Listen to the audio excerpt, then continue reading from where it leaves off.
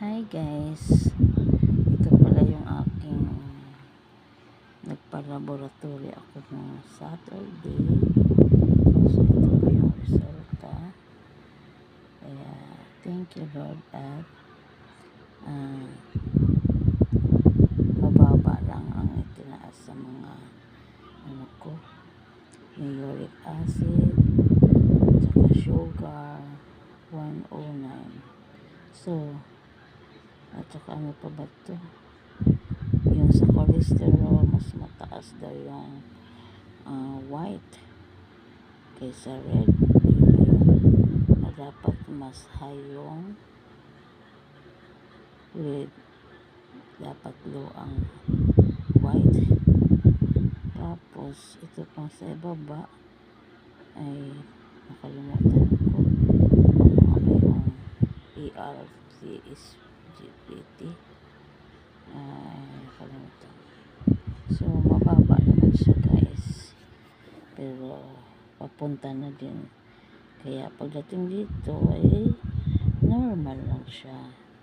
Kaya bawas lang daw sa muna sa mga maasid na pagkain tulad ng isda na may acid, uric acid, kumbaga uric acid. Tapos sa cholesterol naman ay iwas din sa matatamis. So thank you Lord, at yan lang po ang aking resulta ng aking laboratory result. Yan, result. So next time guys, ang akin naman ang hihintayin yung gustong gawin ng aking busing ay yung x-ray. I-x-ray daw yung aking likod. Likod lang ba o pati harap, para alamin kung meron ba akong diferensya sa aking puso. So yan ay aking tinatanaw ng malaking utang. Pero syempre hanggat nandyan ako sa kanila, babayaran ko yan, diba? So sa laboratory medyo maliit lang, pero sana nga sa x-ray ay maging normal din uli.